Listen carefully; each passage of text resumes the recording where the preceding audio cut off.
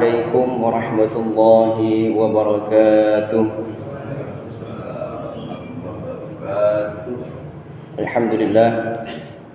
Alhamdulillahi rabbil alamin, alladzi arsala rasulahu bil huda wa dinil haqq liyuzhirahu 'ala ad-dini kullih wa kafa billahi shahida. Asyhadu an la ilaha illallah wahdahu la syarika lah wa asyhadu anna Muhammadan 'abduhu wa rasuluh la nabiyya wa rasulahu ba'dah.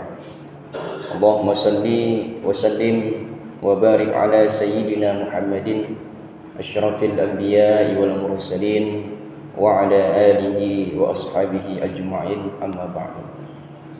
Bapak, ibu-ibu, saudara-saudari jemaah salat subuh Masjid Baitus Salam yang dimuliakan Allah Subhanahu wa taala, yang saya hormati, marilah kita senantiasa bersyukur kepada Allah Subhanahu wa taala.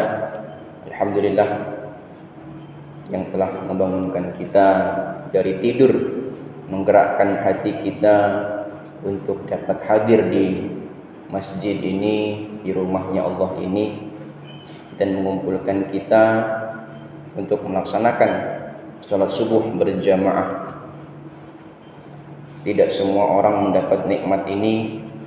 Betapa banyak orang yang masih terlelap dalam tidurnya, sementara Allah memilih kita untuk menjadi tamunya Allah di Masjid Baitus Salam ini. Mudah-mudahan amal ibadah yang kita laksanakan, perjuangan melawan kantuk, perjuangan melawan dingin, malas dan segalanya, itu menjadi hujjah, menjadi saksi nanti di akhirat, agar kita diringankan hisabnya, bahkan mudah-mudahan kita dapat masuk surga tanpa hisab dengan wasilah amal soleh, dengan wasilah perjuangan kita di dunia ini untuk mencapai ridha Allah Subhanahu wa taala. Salawat serta salam tak lupa kita sanjung agungkan kepada Nabi Allah Muhammad sallallahu alaihi wasallam, yang mana kita semua mengharapkan syafaatul uzma, syafaat dari Rasulullah sallallahu alaihi wasallam di yaumil akhir kelak. Mudah-mudahan kita termasuk di dalamnya atas izin Allah, karena Rasulullah tidak bisa memberikan syafaat tanpa izin Allah. Maka dari itu, teruslah kita menyembah Allah, teruslah kita beribadah kepada Allah, dan selalu mohon kepada Allah agar kita nanti di akhirat mendapatkan syafaat dari Rasulullah SAW. Hadirin rahimakumullah, zaman yang kita hadapi hari ini adalah zaman yang penuh dengan fitnah. Fitnah ini bukan berarti tuduhan, tetapi segala sesuatu yang dapat menyesatkan manusia dari jalan Allah. Fitnah adalah ujian. Begitu besar fitnah yang kita hadapi di zaman-zaman ini. Ya. Di zaman ini berita tentang segala sesuatu itu selalu datang begitu cepat. Dalam hitungan detik saja, ya, sebuah berita, sebuah video itu bisa tersebar ke jutaan orang. Sebuah tulisan yang belum tentu dipercaya kebenarannya, tanpa diperiksa, ya, nama baik seseorang bisa hancur hanya satu unggahan, hanya satu publikasi. Padahal Rasulullah SAW telah mengingatkan kita, badiru bil amali fitanan qata'il laili muslim. Bersegeralah melakukan amal-amal soleh sebelum datang berbagai fitnah, yang seperti potongan malam yang gelap gulita.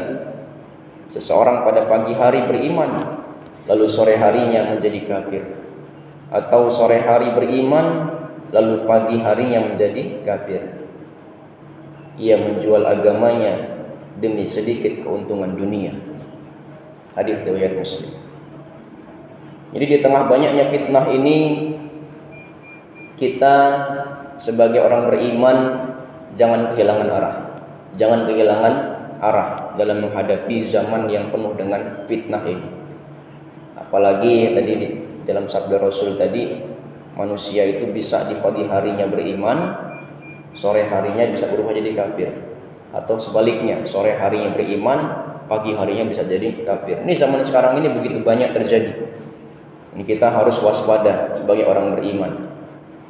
Nah, bagaimana kita agar tidak kehilangan arah dalam menghadapi zaman yang penuh dengan fitnah ini, tidak tenggelam dalam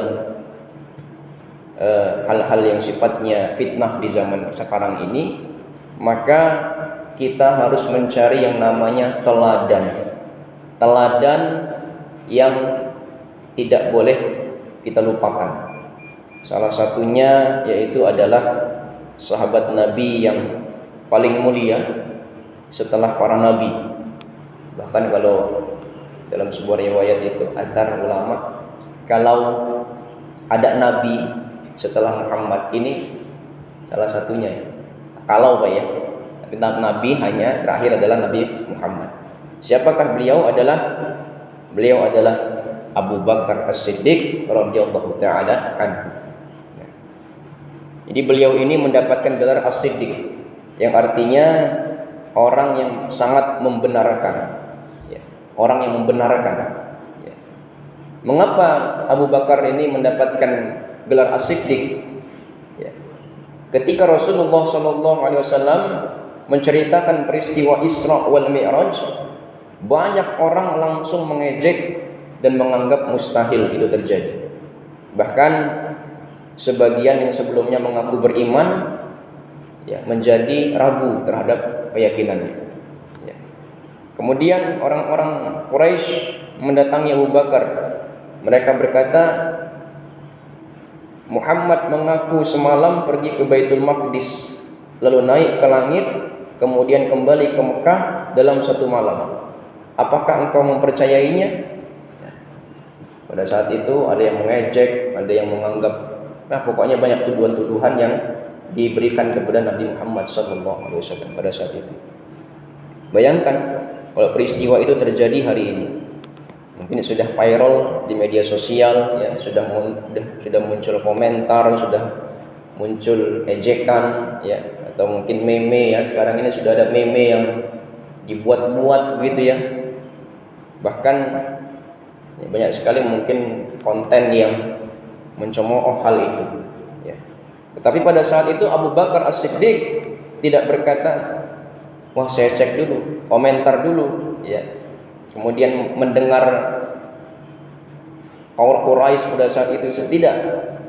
Tapi Abu Bakar langsung berkata, apakah benar Muhammad yang mengatakan itu? Maka dijawab, iya benar, Muhammad yang mengatakan itu. Maka Abu Bakar tanpa ragu mengatakan, jika benar beliau yang mengatakannya, maka sungguh beliau telah berkata benar. Aku membenarkannya.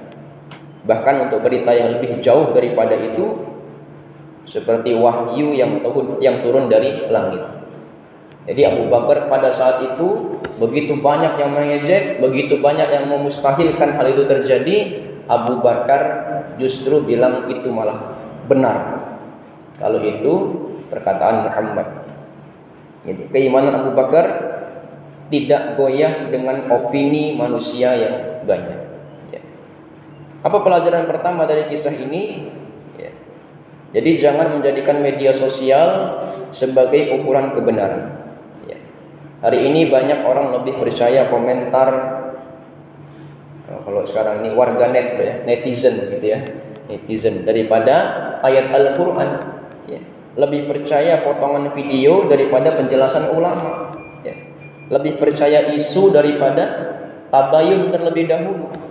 Padahal Allah telah mengingatkan, A'udzu billahi minasyaitonir rajim, ya ayyuhalladzina amanu in ja'akum fasiqun binaba'in fatabayyanu aw tusibu qauman bijahalatin fatusbihu ala ma fa'altum nadimin. Ini di surat Al-Hujurat ayat 6. Yang artinya, wahai orang-orang yang beriman, apabila datang kepada kalian seorang fasik membawa sebuah berita, maka telitilah terlebih dahulu kebenarannya, agar kalian tidak mencelakakan suatu kaum karena kebodohan yang akhirnya kalian menyesal. Jadi Allah memerintahkan kita tabayun, bukan langsung menyebarkannya. Kalau hari ini justru banyak yang melakukan kebalikannya. Kita belum tahu benar atau salah, kita sudah meneruskannya. Belum tahu duduk perkaranya, kita sudah ikut memviralkannya. Maka dari ayat ini kita belajar, sebaiknya ketika kita melihat ada berita, apapun itu berita, kita benar-benar telusuri dulu. Jangan sampai kita sebarkan begitu saja. Kemudian pelajaran yang kedua dari Abu Bakar tadi, beliau tidak mudah terpengaruh oleh suara mayoritas. Di dalam hidup ini kebenaran tidak selalu berada di pihak yang banyak, di pihak yang ramai, gitu Pak ya. Terkadang orang yang istiqomah di zaman ini justru dianggap aneh, dianggap kuno, dianggap gak gaul gitu bahasanya, Tetapi Abu Bakar mengajarkan kepada kita, yang terpenting bukan banyaknya orang yang setuju, tetapi yang paling penting adalah Allah ridho atau tidak. Itu dia. Allah ridho atau tidak. Karena jangan takut kita berbeda dengan yang lainnya. Kalau yang menjadi rujukan kita adalah Al-Quran, As-Sunnah, penjelasan para ulama yang thiqah, itu kita jangan takut. Jangan malu untuk mempertahankan kejujuran ketika banyak orang memilih kebohongan. Jangan ikut menyebarkan fitnah hanya karena semua orang melakukannya. Kita cross check dulu, kita cari dulu, kita teliti terlebih dahulu. Kita tanya dengan orang yang lebih paham. Mudah-mudahan kita di zaman yang penuh dengan fitnah ini diberikan oleh Allah Subhanahu wa taala hati seperti Abu Bakar As-Siddiq radhiyallahu taala, yaitu hati yang teguh, tidak mudah digoyahkan oleh fitnah, tidak mudah dipermainkan oleh berita bohong, dan selalu mendahulukan iman daripada akal kita, daripada hawa nafsu kita. Mudah-mudahan Allah menjaga diri kita, keluarga kita, dan pasti generasi kita dari fitnah syubhat yang merusak akidah dan fitnah syahwat yang bisa merusak akhlakul karim. Mudah-mudahan Allah Subhanahu wa taala menerima amal ibadah kita dan melindungi kita dimanapun kita berada. Demikian yang saya sampaikan, mudah-mudahan bermanfaat untuk saya pribadi dan kita semua. Mohon maaf atas segala kekurangannya, mohon pada Allah. Subhanakallahumma wa bihamdika asyhadu an la ilaha illa anta astaghfiruka wa atubu ilaik. Wallahu taala alam bisawab wa nahnu nata'allam. Wassalamualaikum warahmatullahi wabarakatuh.